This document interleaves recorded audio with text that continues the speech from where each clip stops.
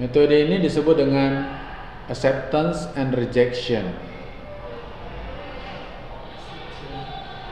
Oke, di bab 4 masih di Anda buka yang digital file yang saya kasih yang bab 4. Acceptance rejection itu begini prinsip kerjanya. Jadi sebelum Anda melihat rumus-rumus yang ada di sini, kejadiannya itu sering kita lakukan sebenarnya. Ya, misalkan gini, kita pengen tahu sifat seseorang yang tidak kita kenal, tapi kita kenal orang yang dekat dengan dia, sahabatnya misalnya. Ya, jadi ada dua orang nih, yang satu kita udah kenal, kita tahu nih kalau kita tipu kapur dia mah cengir-cengir doang, gitu misalnya. Tapi kita nggak tahu yang satu nih. Nah, biasanya yang paling kita ketahui maksimum perbedaan di antara mereka. Gitu. Ya. Nah, sehingga dengan kita mensimulasikan yang satu, misalkan kalau kita tahu nih perbedaan di antara mereka, sehingga kita bisa prediksi, kita bisa simulasikan kalau kita input yang si A cengir responsnya, maka si B juga akan cengir responsnya. Kalau kita tipu pakai penghapusan kayu gitu, si A dia marah tapi hanya di mulut aja gitu, yang sampai ngonjok balik gitu. Si B juga bakal begitu karena kita tahu nih perbedaan di antara mereka gitu. Nah, metode acceptance rejection itu kira-kira kayak gitu. Jadi kita memerlukan ada satu model yang lain yang kita sudah yakini, yang kita sudah kenal baik bahwa dia itu bisa disimulasikan secara efektif. Ya. Nah, kemudian kita tinggal cari berapa perbedaan maksimum antara model yang satu dengan model yang kedua. Kebayang nggak maksud saya? Ya. Jadi nggak usah pusing dulu dengan ini, tapi konsepnya pahami dulu. Ya. Saya itu sebenarnya mau mensimulasikan model yang kedua. Ya. Nah, tetapi saya sudah punya satu nih model yang ke-1 yang sudah bisa kita simulasikan secara efektif. Nah, kalau saya tahu perbedaan maksimum di antara keduanya, gitu kan, maka saya bisa memprediksi kejadian yang akan terjadi juga di yang kedua. Paham maksudnya? Ya, jadi kayak dua orang tadi tuh, kalau yang satu dilempar kapur cengar-cengir doang, yang kedua juga lempar kapur nggak jauh dari itu, mungkin cengirnya agak masam dikit tapi masih cengir juga, karena kita tahu perbedaan di antara mereka, gitu, maksimumnya. Tapi kalau kita tidak punya informasi ini, maka kita tidak bisa menyatakan itu kan. Bisa jadi perbedaan di antara mereka sangat jauh. Yang satu lempar kapur cengar-cengir doang, yang satu lempar kapur sangat tersinggung, angkat golok langsung nyerang misalnya. Karena nggak tahu kan, gitu. Tapi kalau kita tahu perbedaan, karena mereka bersahabat atau dan dekat gitu kan, dan seterusnya, kita bisa maksimum dia responnya nggak akan lebih dari sejumlah respon tertentu gitu, maksimum tertentu. Kalau marahnya nggak akan jauh dari sini misalnya. Paham ya? Nah, sama juga function ini. Jadi sekali lagi, kalau kita bahas matematika itu sebenarnya diantara bahasan tentang fenomena alam gitu. Ya. Nah, sekarang gini, coba perhatikan.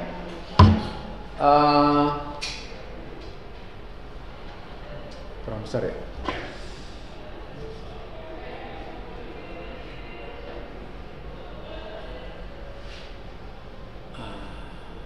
Oke, sudah ya. Dia bilang, suppose we have an efficient method for simulating a random variable. Ya, misal Marx Group. Misalkan kita memiliki sebuah metode simulasi yang efisien untuk sebuah variabel random, ya, untuk kejadian acak, ya, berarti ini yang lebih sistem tuh having probability mass function. Ingat, kalau mass itu artinya dia discrete. Kalau kejadian kontinu di sininya probability density function, ya, barangnya sama, gitu ya, menyatakan probability. Oke, kita udah tahu nih, kita punya sebuah variable random key, ya, yang nilai probability ini kita udah tahu dan sudah bisa kita simulasiin, gitu. Ya. Lalu kita akan pakai dia sebagai patokan. We can use this as the basis sebagai patokan untuk mensimulasikan, for simulating from the distribution having mass function P. Kita bisa pakai dia sebagai patokan untuk mensimulasikan kejadian acak yang punya mass function P. Ya, by first simulating a random variable y. Y ini adalah random variabelnya si key. Ya, ini kan habis function ini kan berarti key ya. Jadi kita simulating y dulu, dapat kejadiannya apa. Ya. Lalu kalau kejadian di y itu tidak lebih besar dari satu perbedaan di antara mereka, maka kita nyatakan yang si x yang si p juga kejadiannya y. Gitu. Ya. Jadi kuncinya adalah kita harus hitung dulu, ada nggak maksimum perbedaan di antara mereka. Kalau nggak ada, nggak bisa dipakai. Ya, ini contoh perbedaan adalah, jadi kalau kita bandingkan probability P sama Q-nya, itu mesti dia tidak lebih besar daripada satu nilai C. C ini maksimum difference di antara mereka. Karena kita bicara discrete, maka kita ada P1, P2, ada Q1, Q2, Q3, Q4, ya. Nah, saya punya P0. Ini ada Q0. Berapa perbedaannya? Oh, 1. Ada P1 sama Q1. Berbeda berapa? Oh, 1,5. Sampai dengan ada berapa kejadiannya? Dan misalnya berapa maksimum di antara mereka? Nah, itu kita jadikan patokan, itu nilai C-nya. Kenapa ini dipakai? Karena ini nanti akan kita gunakan.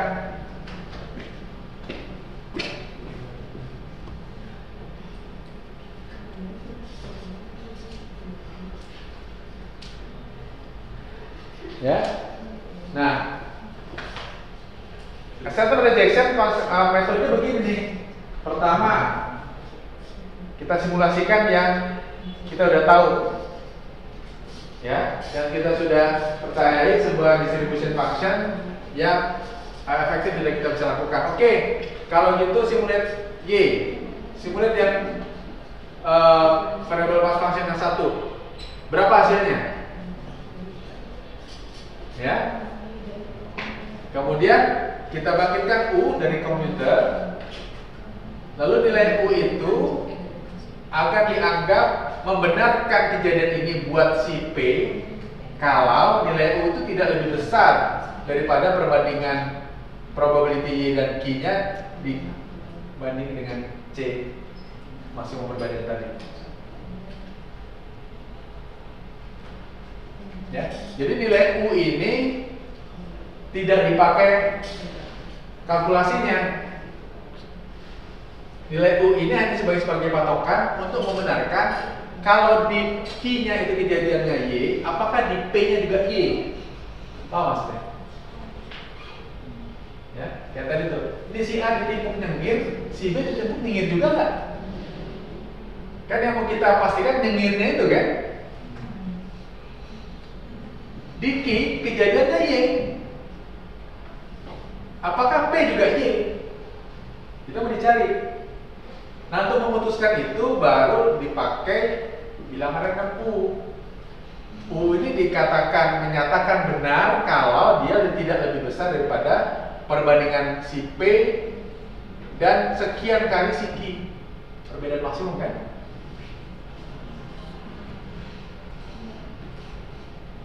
Jadi sifat si A itu 2 kali B misalnya gitu. Duanya itu C di sini. Ya kan? Kalau si A ditimpuk momennya sekali, si B ditimpuk momennya 2 kali. Kira-kira kayak gitu.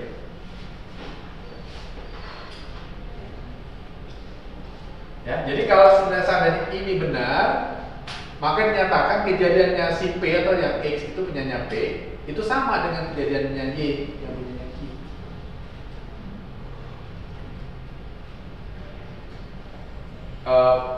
Pemahamannya kayak gitu. Ya. Jadi kalau Anda lihat angka-angkanya bukan sekedar angka-angka, tapi dia Anda paham bunyinya gimana gitu. Ya. Kalau enggak gimana? Ulang lagi ke sini. Bangkitkan lagi si Q-nya. Dapat Y2. Gitu kan? Yang kedua. Lalu bangkitkan lagi U-nya. Compare lagi.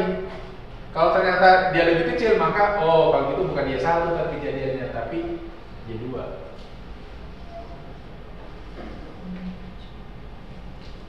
Ya. Kapan berhentinya? Kalau dia terdapat ditemukan sukses pertama kalinya. Jadi dia sebenarnya metode ini juga metode geometri distribution function juga. Yang kejadian geometri kan kan? Kalau Poisson kan sering terjadi tapi kemungkinan suksesnya kecil gitu. Kalau geometri itu kejadian pertama kali terjadi sukses. Anda harus paling hafal tuh geometri karena kan sering terjadi pada diri Anda di dalam main. Apa itu? Anda kalau nyoba UM itu coba gagal udah sukses kembali lagi kan? Nah itu kan geometri. Ya, gagal coba lagi sampai ketemu pas sukses langsung stop ya. Kejadian itu terjadi. Jadi proses ini sebenarnya proses geometri.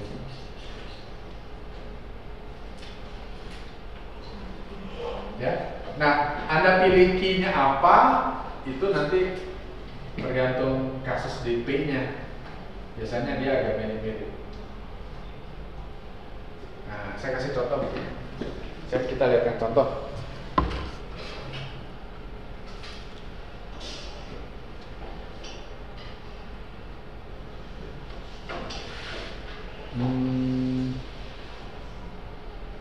Nggak ada ya.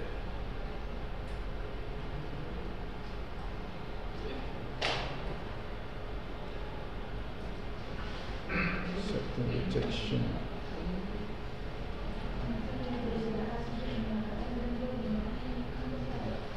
Oh ini dia. Oke.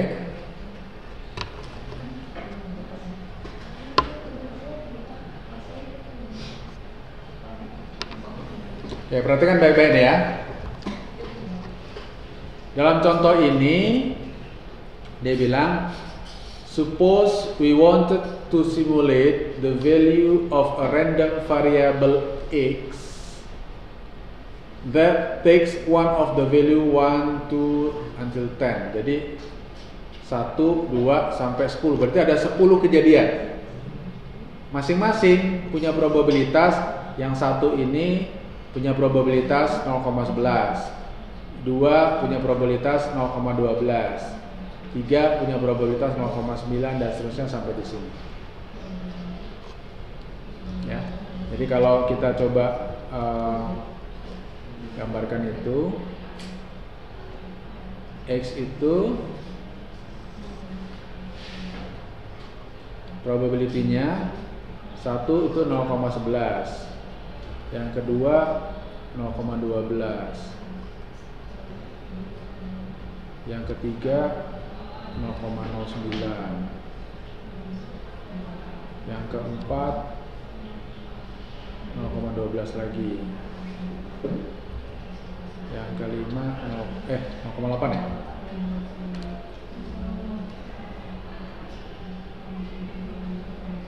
Betul ya? Yang kelima baru 0,12 ya.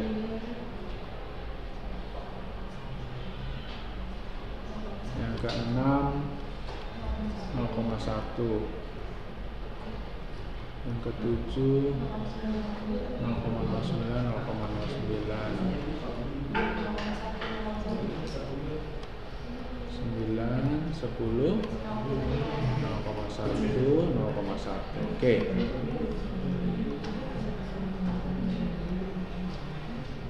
Ini sebenarnya kalau kita mau pakai inverse transform bisa.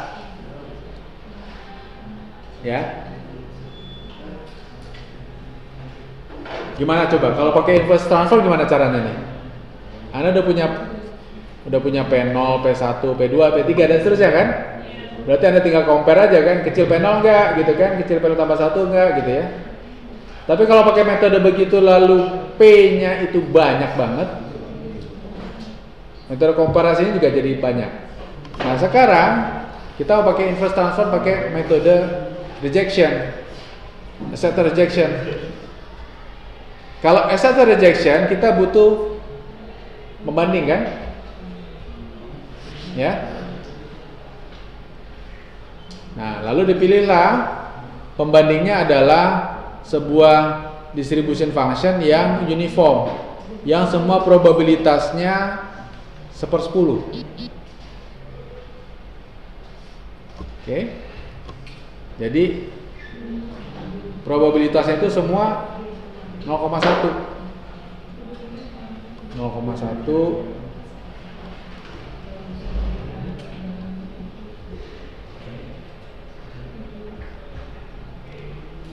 0,1 0,1 0,1 0,1 0,1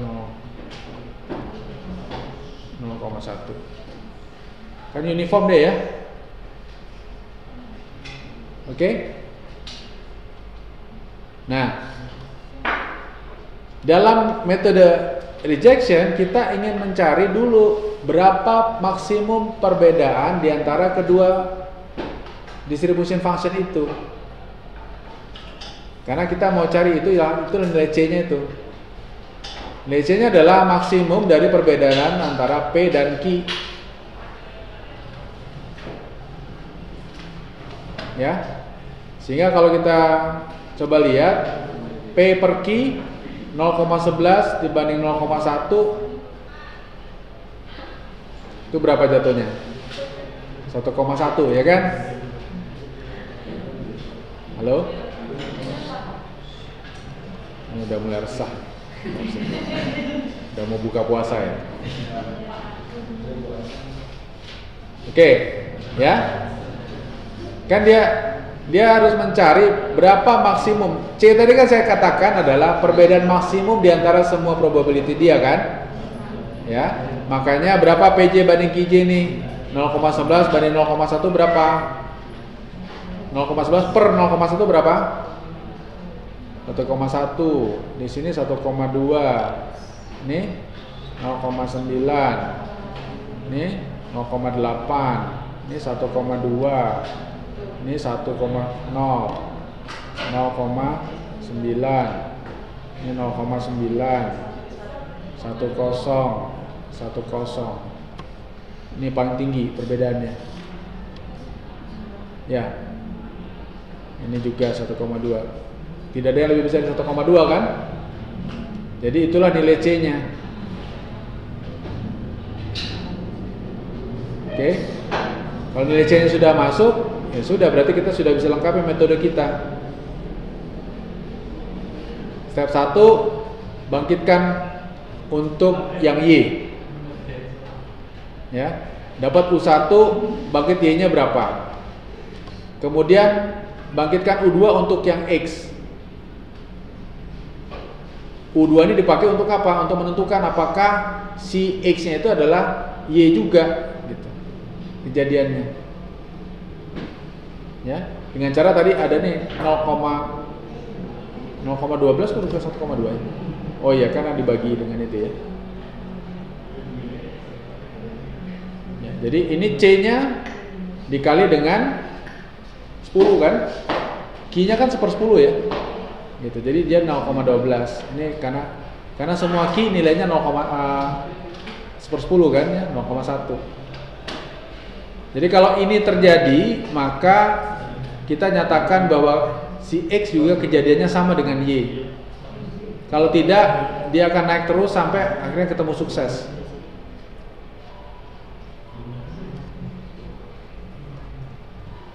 Ya. Oke. Nah, sekarang kita udah punya dua metode, inverse transform sama acceptance rejection. Untuk yang discrete.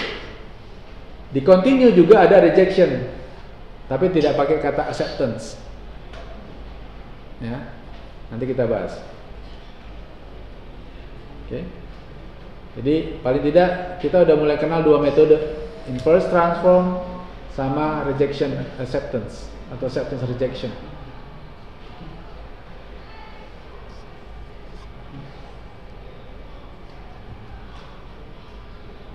Coba Anda lihat ya, kalau seandainya ini tidak cuma 10 gitu, tapi ada 100 kejadian yang mungkin, maka komputer akan membandingkan setiap kali U dibangkitkan, dia akan dibandingkan dengan dari mulai P1 sampai kemungkinan maksimum sampai P100 gitu.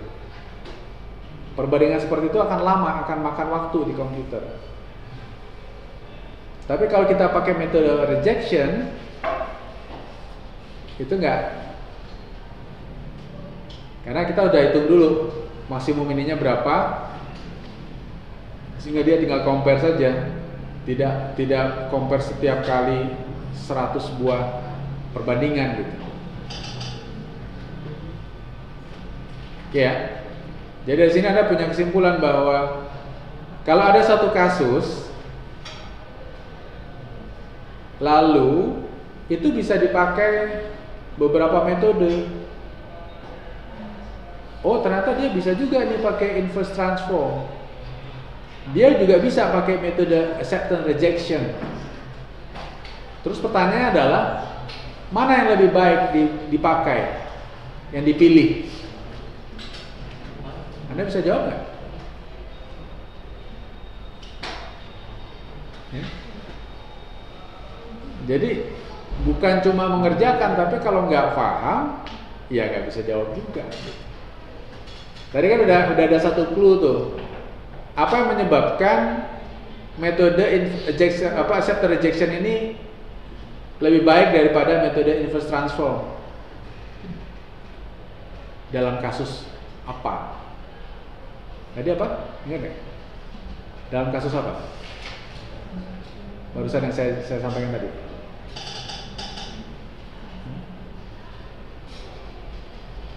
Dalam kasus jumlah kejadiannya sangat kan tadi saya nyebut kalau ini 10 nih, kalau 100 pakai inverse transform, komparasi prosesnya kan banyak banget gitu. Ya kalau cuma 100, kalau kita mensimulasikan kejadian sebenarnya di alam bisa jadi nggak 100 tapi bisa 1 juta gitu kemungkinan. Maka komparasinya akan makan resource komputer sangat besar. Tapi begitu kita sudah dapat distribution pembandingnya, kita bisa pakai acceptance rejection, komparasinya hanya tinggal 1 kali saja. Kan sangat signifikan gitu. Ya. Jadi pemilihan metode juga menentukan. Ini agak mirip seperti Anda kemarin bahas metode Monte Carlo. Ya. Kenapa Monte Carlo disukai dan sekaligus dibenci? Masih ingat nggak? Nah, kayak gitu-gitu di buku nggak ada. Kadang-kadang nggak disebut atau sebutin tapi nggak jadi perhatian gitu. Masih ingat nggak kira-kira? Kenapa metode Monte Carlo minggu lalu kita bahas? Itu disukai tapi sekaligus dibenci gitu. Kenapa dia disukai? simple, mudah, ya. Kenapa dia tidak disukai?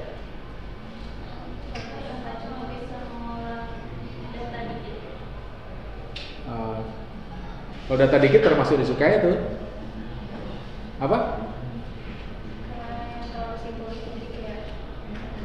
Kayak main-main gitu. Tingkat presisinya, ya, dicurigai tidak begitu baik. Tapi kan dalam hidup kita kadang-kadang kita tidak perlu presisi kan? Bahkan untuk hal yang penting dalam hidup kita coba aja lihat nanti. Anda menentukan pasangan hidupnya memang mau presisi banget, ya nggak apa-apa deh. Ada sifat-sifat jelek dia dikit gitu. Ya, yang penting yang besar-besarnya oke gitu.